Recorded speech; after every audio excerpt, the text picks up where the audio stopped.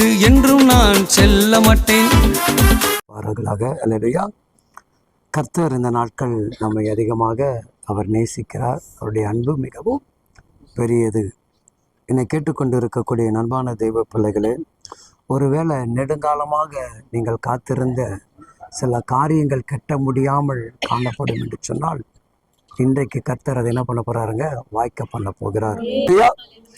சத்தமா சொல்லுங்களேன். அல்லேலூயா. எடுத்து நாம் வாசிப்போம். ஏசாயா 61ஆம் அதிகாரம் 4வது வேத வசனங்கள் இவ்விதமாக சொல்லுகிறது. நான் நெடுங்காலமாக பாழாகி கிடந்ததை கட்டி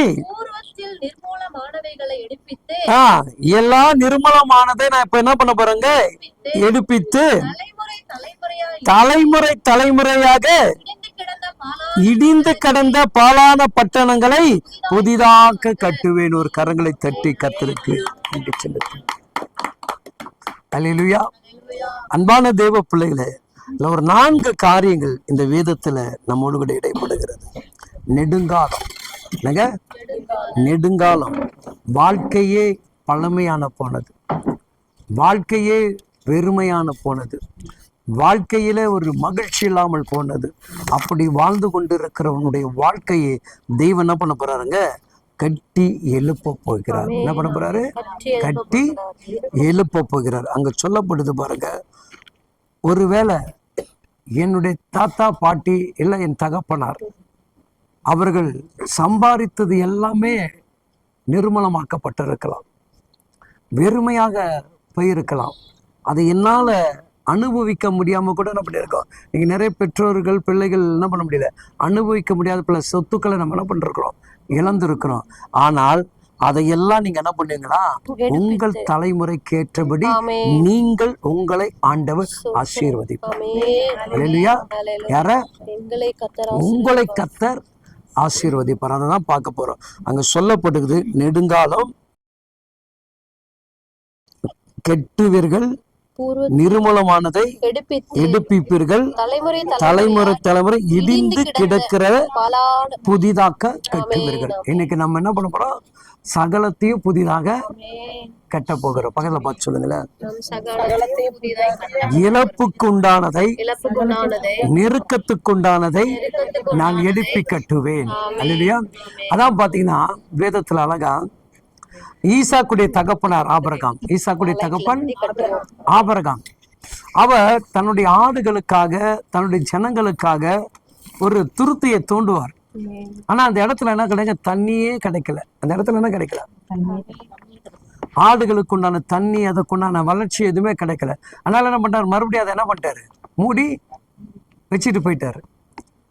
அப்போ இதை ஈசாக்கு என்கின்ற அவனுடைய மகன் வந்த பிறகு நல்லா கவனிச்சு பாருங்க, தகப்பனார் எங்கு தோண்டினாரோ, எங்கு தன்னுடைய வேலைக்காரர்களை வைத்து வேலை செய்தாரோ அதே இடத்துக்கு திரும்ப என்ன பண்றாங்க?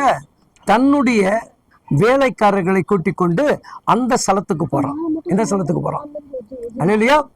அப்போ அவங்க தகப்பனார் கிடைக்க கூடாத ஒரு நீரூற்று, அவங்க தகப்பனால் மூலமாக கிடைக்க முடியாத ஒரு ஆசீர்வாதத்தை யார் மூலமாக உருவாக்கி கொடுக்கிறாருங்க? இந்த ஈசாக்கின் மூலமாக உருவாக்கி கொடுக்கப்பட்டது என்று வேதம் சொல்லுகிறது. அழகா சொல்லுது பாருங்க. ஆதியாகமம் 26ஆம் அதிகாரம் அங்கு தெளிவாக நான் உங்களுக்கு சொல்லுகிறேன். எடுத்து வாசிங்க. 17வது வசனத்தை ஃபர்ஸ்ட் வாசிங்க. அப்பொழுது ஈசாக்கு அவ்விடம் விட்டு புறப்பட்டு கேராரின் பள்ளத்தாக்கிலே கூடாரம் போட்டு அங்கே குடியிருந்தான். என்ன பண்றாங்க? அப்ப அந்த நாட்கள பாத்தீங்கன்னா சொந்தமான ஒரு வீடு ஸ்தலம் கிடையாது. அந்த நாட்கள் என்ன கிடையாது? இருக்காது. அல்லேலூயா. அன்னைக்கு வீடே இல்லாத நாடோடியான ஒரு வாழ்க்கை. என்ன வாழ்க்கைங்க? ஒரு வனாந்தரம் நிறைந்த ஒரு வாழ்க்கை. அப்ப அவங்களுடைய தகப்பனார் தன் பிள்ளைக்காக வெள்ளியோ பொண்ணோ ஆடையோ எதையோ சேர்த்து வச்சாரு. ஆனா வீட்டை சேர்த்து வைக்கல. அவரு எதை சேர்த்து வைக்கல? வீட்டை சேர்த்து வைக்கல. அப்போ அப்படி பாழாக இருந்ததை அவருடைய பிள்ளை மூலமாக தேவன் என்ன பண்றாருங்க? அதை உறுதிப்படுத்துகிறார். இன்னைக்கு நான் உங்களுக்கு சொல்லுகிறேன், உங்களுடைய சூழ்நிலை உங்களை கொண்டுதான் கர்த்தர் எழுப்பி கட்டுவார். இல்லையா? ஒருவேளை உங்கள் தலைமுறைகள், உங்களுடைய தகப்பனார், உங்களுடைய தாத்தாவோ சிலரை சேர்த்து அழித்து போயிருந்தால், அந்த அழிவிலிருந்து மீட்டெடுத்து உங்களுக்குண்டான ஆசீர்வாதத்தை உருவாக்கக்கூடிய நீரூற்றாக உங்களை என்னை கர்த்தர் மாற்ற விரும்புகிறார். ஒரு ஆமென் சொல்லுவோமே. அல்லேலூயா. எண்ணி பார்ப்பேன், என்னோட ஆபிரகாம் எவ்வளவு பெரிய ஒரு கிருபை பெற்ற மனுஷன். ஜெபித்தா தேவன் அவனுக்காக இறங்குகிறவர் இல்லையா? தேவ தூதர்களை வீட்டுக்குள்ள வந்து உட்கார்ந்து சாப்பிடக்கூடிய அளவுக்கு ரொம்ப அன்பின் ஐக்கியம் உள்ள மனுஷன் யாரு? ஆனா அவன் தோண்டும் போது என்ன கிடைக்கல சொல்லுங்க? நானும் நல்லா தான் ஜெபிக்கிறேன் பிரதர், நல்லா தான் ஆண்டவருக்குள்ள வைராகியமா இருக்கிறேன் பிரதர், ஆனா எனக்கு மட்டும் எதுவுமே சொன்னமா? அப்போ உன் புள்ள அவன் கூட சேர்ந்து ஜெபிக்க ஆரம்பிச்சு அங்க ஒரு நீரூற்றை கர்த்தர் உருவாக்கு. அல்லேலூயா. ஏன்னா நான் ஜெபித்த ஜெபம் தான் அது பேஸ்மெண்ட். ஆபிரகாம் தேவனோடு கூட விண்ணப்பம் பண்ணி தேவனோடு கூட ஜெபித்து தேவனிடத்தில் பல நாட்கள் இருந்தபடினால்தான் ஒருவேளை அந்த ஆபிரகாம் மரித்த பிறகு தன்னுடைய மகன் வறண்ட நிலத்தில் வாழ்ந்து விடக்கூடாது, சோர்ந்து போன இடத்துல கடந்து போய்விடக் கூடாது என்பதற்காக அவனுடைய ஜெபமானது கேட்கப்படுகிறது என்று திருமண வேத வசனம் நமக்கு தெள்ள தெளிவாக சொல்லுகிறது. அல்லையா? சிந்திச்சு பாருங்க இல்லையா? வாக்கு தத்துவத்தை சுகந்தரித்து மிகவும் மன மகிழ்ச்சியாக இருந்த மனுஷன் யாரு? ஆபிரகாம். அப்ப அங்க அழகா சொல்லி பாருங்க 18, தன் தகப்பனாகிய ஆபிரகாமின் நாட்களில் வெட்டினவைகளையும் ஆபிரகாம் மரித்த பின்பு பெலிஸ்தர் தூர்த்து போட்டவைகளுமான துறவுகளை மறுபடியும் தோண்டி தன் தகப்பன் அவைகளுக்கு இட்டிருந்த பேர்களின்படியே அவைகளுக்கு பேர் என்ன சொல்றாங்க? வெட்டி தூர்த்து போட்டாங்க. இது என்ன பண்ண? இனிமேட்டு பலனே கொடுக்காது. இது இனிமேட்டு என்ன கிடையாது. நம்மளும் அப்படிதான். இனிமேட்டு இந்த ஜபத்துக்கு என்ன கிடைக்கல, பதில் கிடைக்கல. குடிகாரங்களுக்காக ஜெபிச்சேன், பதில் கிடைக்கல. என் சரீரத்துக்காக ஜெபிச்சேன், பதில் கிடைக்கல. இப்படி நம்ம தூற்றி போதும் போது கூட இன்னொருத்தர் வந்து ஜெபிக்கும் போது அது என்ன பண்ணுதுங்க? பேஸ்மெண்ட் ஸ்ட்ராங்கா மாத்தும். உன் ஜபம் என்னைக்கு தோத்து போனது? லேட்டா நெடுங்காலம் ரொம்ப காலம் கழிச்சு அதுக்காட்டி நான் செத்து போயிடுவேன் பிரதர் அப்படின்னு நம்ம நினைப்போம். சாக மாட்டேன். அல்லையா? ஏன்னா நீரூற்றா மாறி உன் நீரூற்றுல பல பேர் வந்து கொஞ்சமாவது பருகிட்டு போன பிறகுதான் உன் ஜீவனை தூக்கி அவருக்கு எங்க வைப்பாரு? மண்ணுக்குள்ள வைப்பாரு. அது வரைக்கும் ஆண்டவர் என்ன பண்ண மாட்டாரு? வைக்க மாட்டேங்க. என்னை குறிச்சு ஒரு திட்டத்தை வச்சிருக்கிறார். என்னை குறிச்சு ஒரு திட்டங்கள், ஒரு நோக்கங்கள் எல்லாமே ஆண்டவர் வச்சிருக்கிறார். அப்ப அப்படி வைத்திருக்கும் போது நான் சிந்திச்சு பார்த்தேன். என்ன ஆண்டவரே, ஆபிரகாம் வாக்கு கேட்டா உடனே நீங்க பேசுறீங்க, இந்த துறவியை மட்டும் என் ஆண்டவர் பேசல? சில காரியத்தை நமக்காக விட்டு வச்சுட்டு போறாங்க இல்லையா? சில பெற்றோர்கள் நமக்காக சில நன்மைகளை விட்டு வச்சுட்டு போறாங்க. சில நேரத்துல அந்த நன்மை நமக்கு ரொம்ப லேட்டா தெரியுது. அந்த நன்மை நமக்கு என்ன பண்ணுது? ரொம்ப லேட்டா தெரியுது. அப்போ இந்த ஆபிரகாமுடைய வாழ்க்கையில செய்து முடிக்க முடியாததை ஈசாக்கு செய்து முடித்தான் என்று வேதம் சொல்லுகிறது. ஈசாக்கை செய்து முடிக்காததை யாக்கோபு செய்தான் என்று வேதம் சொல்லுகிறது. யாக்கோபு செய்து முடிக்காததை யோசேப்பு செய்தான் என்று திருமண வேத வசனம் சொல்லுகிறது. அப்போ தலைமுறைகளை எப்படி உருவாக்குறாருங்க? உன் தலைமுறைகளை கர்த்தர் சீர்படுத்தி சிறப்படுத்தி அந்த தலைமுறைக்குண்டான ஆசீர்வாதத்தை தகப்பன் பண்றாங்க, உருவாக்க விரும்புகிறார். அல்லையா? அப்ப அங்க வேதம் சொல்லுகிறது, அந்த 19 வசனம் சொல்லுது பாருங்க, ஈசாக்குடைய வேலைக்காரர்கள் பள்ளத்தாக்கிலே வெட்டினார்கள். கவனிச்சு பாருங்க. அப்ப முன்னாடி தோண்டும் போது என்ன கிடைக்கல? தண்ணியே கிடைக்கல. இப்படி நீங்க சொல்லி பாருங்க. பக்கத்துல பார்த்து சொல்லுங்க, சிஸ்டர் நான் 2 நேரமா ஜெபம் பண்ணினேன், ஆனா எனக்கு என்ன கிடைக்கல? சுகம் கிடைக்கல, விடுதலை கிடைக்கல, பலன் கிடைக்கல, நம்பிக்கை எல்லாம் அற்று போயிட்டேன். ஆனா இன்னைக்கு சொல்றாரு, நீ அன்னைக்கு ஜெபிச்சா பாத்தியா, அங்கதான் ஒரு நீர் விட்டு அப்படியே உருவாக்குது பாரு, அங்க தண்ணி எப்படி ஜொலிக்குது பாரு, உன் சரீரம் எவ்வளவு புது பலன் அடைக்குது பாரு. சொல்லுங்க அல்லேலூயா. ஆமே. நெடு நாட்களாக நான் ஜெபித்த அந்த ஜெபமானது இப்போ எனக்கு சுகத்தையோ பலனையோ விடுதலையோ ஆரோக்கியத்தையோ சமாதானத்தையோ சந்தோஷத்தையோ மகிழ்ச்சியோ பொருளாதாரத்தின் எல்லையோ அழகான ஒரு நீரூற்றை உருவாக்கி கொடுக்கிறார். அல்லேலூயா. எப்படி கொடுக்கிறாருங்க? டோட்டல் சேஞ்ச் பண்றாரு. என்ன பண்றாரு? வறண்ட இடத்துல இருந்து வாழ்க்கையை என்ன பண்றாருங்க, நீரூற்றுக்கு கொண்டு வந்து நிறுத்துறாரு. என்ன கொண்டு வந்து நிறுத்துறாருங்க? ஒரு அழகான ஒரு நீரூற்றுக்கு கொண்டு வந்து நிறுத்துறாரு. அப்போ ஆபிரகாம் அந்த இடத்துக்கு பெயரிட்டான். வறண்ட நிலம் தான், எனக்கு ஒரு பெயர் இருக்கு, எனக்கு ஒரு பேர் இருக்கிறது, அந்த பேரோட என் கூட ஒருத்தர் இருக்காரு. இப்ப அந்த பேர் தான் என்ன பண்ணுதுங்க, என்னை நினைவுபடுத்துகிறது. என்ன படுத்துது? என் தேவன் கெத்செமனே தோட்டத்துல போய் ஜெபித்தார், வேர்வை துளிகள் ரத்த துளியாக மாறிச்சு, உடனே பரலோகத்திலிருந்து தேவ தூதர்கள் இறங்கினார்கள், அவரை தேற்றினார்கள். அப்ப இன்னைக்கு நான் ஜெபித்த ஜெபத்திற்கும் என் தேவன் என்ன பண்றாங்க, அழகான ஒரு நீரூற்றாங்க. அழகா சொல்லப்படுது பாருங்க இந்த வார்த்தை, வாசிங்க. ஈசாக்குடைய வேலைக்காரர்கள் பள்ளத்தாக்கியை வெட்டி அங்கே சுரக்கம். கவனிச்சு பாருங்க. இப்பதான் என் வாழ்க்கையினுடைய அடிப்படை அப்படியே கர்த்தர் மேல தூக்கி கொண்டு இருக்கிறார். சொல்லுங்க. இப்பதான் என் வாழ்க்கை என்ன பண்ணுது, துளிரக்கூடிய கொஞ்சம் ஒரு அப்படி கொஞ்சம் தண்ணி அப்படி வரும்போது எப்படி இருக்கும் இல்லையா? ஒரு கிணறு தோண்டும் போது ஊர்ல பாத்தீங்கன்னா ரொம்ப அதெல்லாம் பார்ப்பாங்க இல்லையா? அது என்னது, கொம்பா, ஏதோ கொம்பு வச்சுலாம் பார்த்துட்டு இப்படி சுத்தினா இந்த இடத்துல தண்ணி வரும்ட்டு கணக்கு பண்ணி என்ன பண்றாங்க, இன்னொன்றாங்க. இல்ல இப்ப நம்ம 50 அடி 80 அடி 400 அடி 500 அடி போர் போடுறோம். அவளை போட்டு கஷ்டப்பட்டு போட்ட பிறகு கொஞ்சம் புஷ்கு அடிச்சுன்னா அப்பா உள்ளத்துல சந்த, ஆகா தண்ணி வந்துச்சுன்னு சொல்லுவோம் இல்லையா? இன்னைக்கு அதை தான் கர்த்தர் உங்களுக்கு செய்யப்படுறாரு. இப்ப நீங்க ஜெபித்த ஜெபம் என்ன பண்ணுதுங்க, துளிரிட ஆரம்பிக்குது. எப்படி ஆரம்பிக்குது? துளிரிட ஆரம்பிக்குது. இது வரைக்கும் துளிரிடாம இருந்திருக்கலாம், இன்னைக்கு அதை என்ன பண்ணுதுங்க, அழகாக துளிரிட ஆரம்பிக்குது. அந்த பாருங்க, அங்கு சுரக்கும் நீரூற்றை கண்டார். இப்படி சொல்லுங்க, இன்றைக்கு நான் என் தகப்பனால என்னுடைய வாழ்க்கைக்கு உண்டான ஒரு விடுதலையின் நீரூற்றை நான் பார்க்கிறேன். நல்ல கரங்களை தட்டி தேவ பிள்ளைகளை சொல்ற, இன்னைக்கு நீங்க நீரூற்றுகள். இன்னைக்கு நீங்க யாருங்க? சரியான ஒரு நீரூற்றுகள். ஆமென். ஏன்னா வேதம் சொல்லுகிறது, அல்லேலூயா. 100 வருஷமாக அவன் போராடி இருக்கலாம், 100 வருஷமாக ஜெபம் பண்ணி இருக்கலாம்.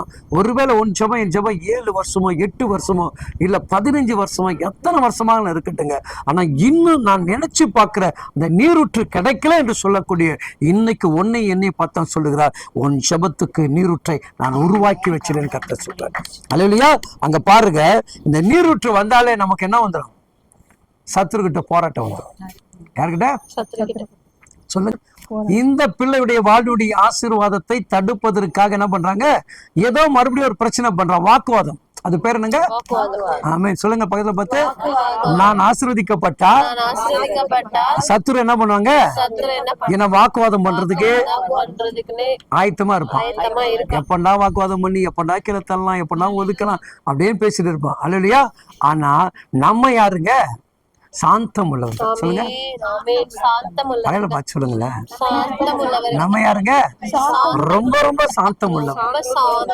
யாராவது வாக்குவாதம் பண்ணா கூட நம்ம என்ன பண்ணோம், அப்படியே அப்பி கெட்டி, சிஸ்டர் நீங்க ரொம்ப ஸ்வீட்டா பேசுனீங்க சிஸ்டர் அப்படி சொல்லுவோம். ஏன்னா பைபிள் அப்படிதான் சொல்லுது. இங்க வளர்த்த விதங்கள், ஆபிரகாம் ஈசாக்கு தன்னுடைய வேலைக்காரனை வளர்த்த விதங்கள், அல்லேலூயா. ஜெபிக்கிறது பெருசு கிடையாது, அந்த வாக்குவாதத்தை எவ்வளவு அழகாக விட்டு கொடுத்து அதுல இருந்து வெளியே வர்றான் பாத்தீங்களா, அடுத்த நீரூற்றை நீ பார்க்க முடியும், அடுத்த நீரூற்றை பார்க்க முடியும். நீ அந்த நீரூற்றுக்காக நீயும் போய் உட்கார்ந்து சண்டை போட்டுட்டு உட்கார்ந்துன்னு வச்சுக்க, ஒண்ணுமே பண்ண முடியாது. பைபிள் சொல்லுது பாருங்க, 20வது வசனம். கேராரூர் மேய்ப்பர் இந்த தண்ணீர் தங்களுடையது என்று சொல்லி, இது தண்ணி யாருடையதா? எங்களுடையது. ஆமென். இப்ப அப்படிதான். அப்ப நல்லா கவனிச்சு பாருங்க, அங்க சொல்ல அந்த விட்டுருங்க. மேய்ப்பர்களுக்கு, ஈசாக்குடைய மேய்ப்பர்களுக்கு வாக்குவாதம் பண்ணினார்கள். என்ன பண்ணினாருங்க? வாக்குவாதம் பண்ணினார்கள். அவர்கள் தன்னோட வாக்குவாதம் பண்ணினபடியா அந்த துறவுக்கு வாக்குவாதம் பண்ண பிறகு என்ன பண்றாங்க, விட்டு கொடுத்து வெளியே வர்றாங்க. என்ன பண்ணல, சோர்ந்து போகல. என்ன பண்ணல, இனி என்ன பண்ண முடியாது, நமக்கு இதை விட்டா வேற தண்ணி கிடைக்காது, இதை விட்டா வேற ஆசீர்வாதம் கிடைக்காது, இதை விட்டா வேற சுகம் கிடைக்காது, இதை விட்டா பிரச்சனை தீராது, இதுல இருந்து நம்ம கடல்ல இருந்து விடுதலை வர முடியாது, இனி நம்முடைய வாழ்க்கை தத்தளிக்க வாழ்க்கை தான். இப்பதான் நினைச்சேன் யாரோ ஒருத்தன் வந்து நம்மளை தடை பண்ணி புடுங்கிட்டு போறானே அப்படின்னு நீ புலம்பி கொண்டு இருந்தேன்னு வச்சுக்கீங்க, அடுத்த ஆசீர்வாதத்தை ஒன்னால என்ன பண்ண முடியாதுங்க, பார்க்க முடியாது. அல்லேலூயா. அப்ப இந்த வேலையை அடுத்தது வேலை செய்ய ஆரம்பிக்கிறான். அடுத்து என்ன பண்றான், சரி அடுத்தது மறுபடியும் என்ன பண்ணும், வேற இடத்துல நம்ம முயற்சி எடுத்து பார்ப்போமே. அப்ப நம்ம ஜபம் என்ன பண்ணோம், அடுத்த கட்டத்துக்கு போனோம். எப்படி போனா, இந்த ஜபம் என்ன பண்ணல, கேட்கல. இந்த ஜபத்துக்கு சரியான முறையில பதில் அல்ல. அப்ப தகப்பனுக்கு இன்னும் இந்த ஜபத்தை எந்த வடிவத்துல கொண்டு போனா அவர்கிட்ட சேர்க்க முடியும்னு யார் சிந்திக்கணும்? யார் சிந்திக்கணும்? சாந்தம் உள்ளவர்கள் சிந்திக்கணும். யாருங்க சொல்லுங்க? சாந்தம் உள்ளவர்கள் சொல்லணும். சாந்தான் பேர் வச்சிருப்பாங்க, சாந்தமே இருக்காது. சமாதானம் பேர் வச்சிருப்பாங்க, அவருக்கு என்ன இருக்காது? அன்பின் பேர் வச்சிருப்பாங்க, அன்பே இருக்காது. இல்லையா? அப்போ அந்த பேருக்கும் மனிதனுடைய வாழ்வுக்கும் நிறைய போராட்டங்கள். என்ன போராட்டங்க? நிறைய போராட்டங்கள். அப்ப எதிர்கொண்டு ஒரு மனிதனால என்ன எதை ஜெயிக்க முடியலங்க? அப்ப நம்ம சமாதானம், சாந்தம், மகிழ்ச்சி. யாருங்க சொல்லுங்க? உங்களை நீங்க நான் சொல்லி பார்ப்போம். சமாதானம், சந்தோஷம், மகிழ்ச்சி எல்லாம் நான் தான். ஏன்னா எனக்கு அவர் அதை தான் கொடுக்கறது. முக்கியமா அதான் சொன்னாரு. உடனே அவர் சொன்ன ஒரே ஒரு வார்த்தை, நீ சமாதானத்தோட போப்பா. அவன் வியாதியில படுத்து வந்து நான் பார்த்து என்ன பண்ணாரு, நீ சமாதானத்தோட படிக்க தூக்கிட்டு போ. அவர் சாதாரண எளிய முறையில் சொல்லிட்டே போறாரு. அப்ப அதெல்லாம் நான் சுதந்திரத்து கொள்ளாம கொள்ளக்கூடாதா? சொன்ன வார்த்தை நான் என்ன பண்ணேன்? என்ன ஆண்டவர், நீங்க தானே சொன்னீங்க படுத்த படுக்கையில இருந்து எழுச்சி போன்னு சொன்னீங்க. இப்ப என்ன படுக்க வச்சுன்னா நான் எப்படி எழுந்திருப்பேன்? என்னை எழுந்திருக்க வைங்க. அப்ப அந்த வார்த்தை என்ன பண்ணணும்? சுதந்திரத்துக்கொள்ளலாம். அப்ப இந்த வேலையை விட்டுட்டு ஓய்ந்து போகல, மறுபடியும் தோண்டக்கூடிய பணியை விட்டு விடல, மறுபடியும் நீ நான் ஜெபிக்கிற வேலையை விட்டுருக்கிறோமா? இன்னைக்கு அது ஜெபிக்கிற வேலை விட்டுருக்குமா? ஜெபமான வேலை விட்டோமா இல்லையா? நிறைய விட்டுருக்கிறோம். உடம்பு முடியாத நேரத்துல இனிமேட்டு ஜெபித்து ஒன்றுமே இல்லைன்னு நினைச்சிட்டு மனசு வந்து உட்கார்ந்து இருக்கிறான். நம்ம சொல்லுவோம், உட்கார்ந்துக்கிட்டே நான் படுத்துக்கிட்டே சோத்திரம் பண்ண பிரதர். அந்த உடம்பு வலி, அந்த முனங்கால் வலி, அப்ப நின்று மறுபடியும் உன் ஜெப வேலையை நீ செய்ய ஆரம்பிச்சாதான் அடுத்த நீருற்று ஒன்னால நினைப்பாங்க. அல்லையா? இவங்க மனம் தளர்ந்து போகல. யாரு? யாருடைய பிள்ளைங்க? ஈசாக்குடைய கூட இருக்கிறவங்க என்ன பண்ணல? நீங்க யாரு? தளர்ந்து போக மாட்டோம். இடியே மேல விழுந்தா என்ன பண்ணுவேன்? அந்த இடி மத்தியில நின்று கர்த்தரை துதிப்பேன். சொல்லுங்க, இடியே மேல விழுந்தாலும் மின்னல் என்ன கண்டு பயப்படும். சொல்லுங்க, பக்கத்தை பார்த்து சொல்லுங்க, மின்னல் என்னை கண்டு. ஏன்னா அழகு ரூபத்தை என்ன பார்த்து மின்னலே வைக்கப்படும். சொல்லுங்க, சொல்லுங்கம்மா. என் அழகு ரூபத்தை பார்த்து மின்னலே என்ன பண்ணும்? வெக்கப்படும். ஐயோ, இவன் மேல விழுந்தா நாம் நசுங்கி விடுவோம், நமக்கு என்ன இருக்காது, மதிப்பு இருக்குன்னு சொல்லிட்டு நம்மளை விட்டு விலகி போயிடுவோம். அல்லையா? அப்ப அந்த சாந்தம் குணம் உள்ளவர்கள் நீங்கள் விட்டு கொடுக்கும் போதுதான் அடுத்ததுக்குண்டான நீரூற்றை கத்தனை பண்ணுவாருங்க ஏற்படுத்த. முடிச்சிட டைம் ஆச்சு. ஏன்னா நீங்க எல்லாரும் போகணும். அடுத்த வசனத்தை வாசிங்க. வேறொரு துறவை வெட்டினார்கள், அதை குறித்து வாக்குவாதம் பண்ணினார்கள். அப்ப ஆசீர்வாதம் வர வர நமக்கு எவன் சோதரிக்கிறான்? சொல்லுங்க, என்ன பிரச்சனைமா?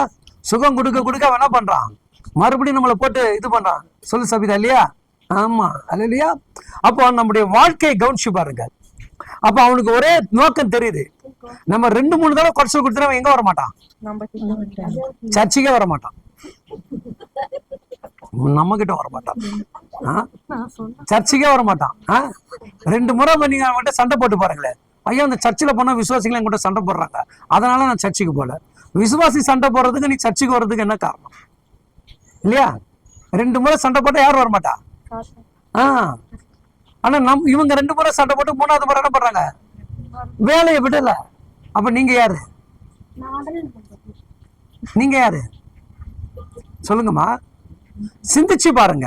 அப்ப நம்ம சாந்தம் என்றோம், அன்புன்றோம், இரக்கம் என்றோம், சண்டை வந்துட்டாலும் என்ன பண்றோம்? அல்லையா? அப்ப அந்த ஒவ்வொரு அந்த சாந்தம் என்ன பண்ண முடியலங்க, வெளிப்படுத்த முடியல. இப்ப 2வது அவன்கிட்ட வாக்குவாதம் பண்றாங்க. போய் அவன்கிட்ட மல்லு கட்டி நிக்கல, சண்டை போடல, எதையும் அவன் செய்யல. அவனுக்கு தெரிய ஒரே ஒரு நோக்கம், என் தகப்பன் இரக்கம் உள்ளவர், விட்டு கொடுத்து போனா நான் கெட்டு போக மாட்டேன் என்கின்ற போதித்து அந்த ஈசாக்கு தன் பிள்ளைகளை வளர்த்தான். அந்த தகப்பன் தான் ஒன்னையும் என்னையும் வளர்த்து கொண்டிருக்கிறான். விட்டு கொடு, ஒண்ணுமே நீ கெட்டு போக மாட்டேன். எடுத்துட்டே போட்டவன் சகோதரன் உறிஞ்சி எடுத்துட்டு போட்டான். இல்லையா? அவன் உறிஞ்சி எடுத்துட்டு போய் அவன் நல்லா இருக்க போறது இல்ல. ஆனா அதை தாண்டி 1000 மடங்கு நீ நானும் நல்லா இருக்கும். ஆனா நம்ம கர்த்தருடைய பிள்ளைகள் விட்டு கொடுக்கும் போது கர்த்தர் நமக்கு இறங்குவார். இல்லையா? 1க்கு 2 விட்டு கொடுத்தான். எதை விட்டு கொடுத்தான்? 1க்கு 2. போ, எடுத்துட்டு போ. இல்லையா? அப்போ 3வது தோண்டும் போது நல்லா கவனிச்சு பாருங்க, எவ்வளவு சோர்வு அடைஞ்சிருப்பாங்க. இல்லையா? நம்ம சோறு உடைஞ்சுமா ஜெபம் பண்ணி பண்ணி சோர்ந்து போச்சு. நம்மகிட்டே சொல்லுவாங்க, வாங்க பிரதர் போங்கப்பா, ஜெபம் பண்ணி ஒண்ணுமே நடக்கல அப்படின்னாங்க. இல்லையா? நான் சொல்லுவேங்க, நீ ஜெபித்த ஜெபம் அப்படியே மேல் நோக்கி அப்படியே நிக்குது. அது பெரிய பலனை கொடுக்க போகுது. நீ எந்த அளவுக்கு நுகத்தை பாடுகளை சகித்து வேதங்களை சகித்து அந்த ஜெபத்தை விடாம நீ பிடிச்சிருக்கிற பாருங்க. இப்ப கொடுக்கக்கூடிய இந்த நீரூற்று தான் நீயா நானா மாற போறோம். பார்த்து நம்ம ஜெபிக்க போறோம். வாசிங்கம்மா. பின்பு அவ்விடம் விட்டு பெயர்ந்து போய் வேறொரு துறவி வெட்டினார்கள். அதை குறித்து அவர்கள் வாக்குவாதம் பண்ணவில்லை. அல்லேலூயா. புரியுதுங்களா? இவன் கிட்ட போய் சும்மா நம்ம தொல்லை கொடுத்தா இவன் நமக்கு மேல பெரிய ஆள் ஆயிடுவான். அதனால இத்தோடு நம்ம என்ன பண்றோம், இவன் பக்கமே பிசாசு அப்படிதான். நல்லா கவனிச்சு பாருங்க. பலவீனப்படுத்திக்கிட்டே இருப்பான். முடிஞ்ச அளவுக்கு அவன் உன்னை அடிச்சு நொறுக்கிட்டே இருப்பான். நீ அதை தாண்டி ஜெபிக்க ஆரம்பிச்சுன்னு வச்சுங்க, இனிமேட்டு இந்த பக்கம் போனா நமக்கு என்ன இருக்காது. அல்லேலூயா. அப்படி நாடகத்துல சொன்ன மாதிரி இனி எந்த சபைக்கு போவோம், ஆத்துமாருடைய சபைக்கு போவோம். அங்க போய் கொஞ்சம் வேலை காட்டு, அந்த மாதிரி ஆயிடும். எங்க போய் அல்லேலூயா. அப்போ 2 முறை தடை செய்தவர்கள், வாக்குவாதம் பண்ணவர்கள், அவங்கள்ட்ட மனம் நோக்கடிக்கும்படி செய்தவர்கள், 3வது முறை அவர்களால் என்ன பண்ண முடியலங்க, பேச முடியாத காரணம்னா இந்த 2ம் கர்த்தர் யாருக்காக விட்டு கொடுத்தாங்க, எதிரிக்காக விட்டு கொடுத்தாங்க. யாருக்காக?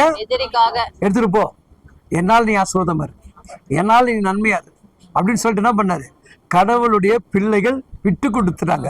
அதை விட்டு நம்ம நிறைய விட்டு கொடுத்துட்டோம். வாழ்க்கையில நிறைய பிரச்சனைகளை விட்டு கொடுத்துருக்குறோம். வாழ்க்கையில நிறைய சொந்தங்களை இழந்திருக்கிறோம். வாழ்க்கையில நிறைய சமாதானத்தை இழந்திருக்கிறோம். தேவையில்லாத நமக்கு ஒண்ணுமே இல்லாதவெல்லாம் நம்மளை பேசக்கூடிய வார்த்தையை கேட்டு என்ன பண்ணோம், நிறைய அனுபவிச்சிட்டோம். இதுக்கு எல்லாத்தையும் தூக்கி போட்டோம். இன்னைக்கு ஆண்டவர் சொல்றாரு, இன்னைக்கு நீங்க யாரா மாற போறீங்க, ரெபோவத்தாவா மாற போறீங்க. யாரா மாற போறீங்க, ஆசீர்வதிக்கப்பட்டவர்களாக, செல்லிக்கப்பட்டவர்களாக, மகிழ்ச்சி உள்ளவர்களாக, பள்ளிக்கு பெருகிறவர்களாக மாற போறீங்க. வாசிங்க, முடிக்கலாம். அப்பொழுது அவன் தேசத்தில் பழுகும்படிக்கு, சொல்லுங்க, எங்கள் வீட்டுல, என் வீட்டுக்குள்ள, என் சொந்தக்காரங்களுக்கு முன்பாக, என் நண்பர்களுக்கு முன்பாக, என் சபைக்கு முன்பாக நான் பழுகி பெருகும்படி இப்போதான் எங்க அப்பாவுடைய கண்களை எனக்கு கிருபையே வேலை பார்த்து சொல்லுங்க. இப்பதான் எங்க அப்பாவுடைய கண்களில, சத்தமா சொல்லுங்க, பரலோகத்தை பாக்குதா, இப்பதான் எங்க அப்பாவுடைய கண்கள் எனக்கு என்ன கிடைச்சிருக்கு, கிருபை கிடைச்சிருக்கு. அல்லேலூயா. நான் பழுகி பெருக, நான் பழுகி பெருக. பக்கத்துல பார்த்து சொல்லுங்க, நம்ம பழுகி பெருக கர்த்தருடைய கண்களில் கிருபை கிடைச்சது. இப்போ இந்த பெயருக்குரியவர்களாக கர்த்தர் உங்களை மாற்றி. வாசிங்க. பழுகும்படி இப்பொழுது கர்த்தர் நமக்கு இடம் உண்டாக்கினார் என்று சொல்லி இடம் வந்துருச்சா? ஓகே. அல்லேலூயா. ஏன்னா இங்க இருக்கிற மக்களை நம்ம ஆதாயப்படுத்தும். நல்லா கவனிச்சு பாருங்க. இப்போ தேவன் என்ன பண்ணாருங்க, நமக்கு ஒரு இடத்தை ஆயத்தப்படுத்துறார். ஒருவேளை உன் வீடு நெருக்கப்பட்டு ஒடுக்கப்பட்டு விசாலத்தை பார்க்க முடியாமல் இருந்தா இன்னைக்கு நீ தான் பழுகி பெருக போறீங்க. யாருங்க? நீங்க தான் எப்படி பண்ண போறீங்க, பழுகி பெருக போறீங்க. இல்லையா? வேலை ஸ்தலத்துல உன்னை எதிர்த்து கீழே தள்ளணும்னு நினைக்கிறவன் முன்னாடி உன்னை கொண்டு போய் உயர்ந்த ஸ்தானத்துல வைக்கக்கூடிய உருவாக்க போற. இல்லையா? இந்த எப்படியாவது வெளியே தள்ளன்னு சொல்லிட்டு பல முறை மேனேஜர் என்ன பண்ணிருக்கலாம், ஊசி போட்டிருக்கலாம், மருந்து கொடுத்துருக்கலாம், எதையாவது கொடுத்துருக்கலாம். என்ன ஊசி என்ன மருந்து போட்டாலும் ஒருத்தர் எனக்காக வழக்காடும் போது என்ன பண்றாங்க, அவங்கள கீழே தள்ளி என்னை தூக்கி கொண்டு போய் மேல. இப்ப இந்த 2 இடத்தை தள்ளிட்டு 3வது இடத்தை பெஸ்டா கொடுத்துட்டேன். நான் எப்படி நினைப்பேன், என் பிதா, என் குமாரன், என் பரிசுத்த ஆவினர் வந்துட்டாலே பிதா என்னை நேசிக்கிறாரு, பிதா எனக்கு எச்சரிப்பு கொடுக்கிறாரு, குமாரன் எனக்கு விட்டு கொடுக்க சொல்றாரு. ஆனா பரிசுத்தாவினர் செயல்படுத்த விரும்புகிறார். இன்னைக்கு அந்த தேவன் உங்களுக்கு செயல்படுத்த விரும்புகிறார். வாசிங்க. அதற்கு ரெகோபோத் என்று பெயரிட்டார். பழுகி பெருகுவதற்கு என்ன பேருங்க? இப்ப நீங்க யாரு? ஆமென். கண்களை மூடி நாம் ஜெபிப்போம்.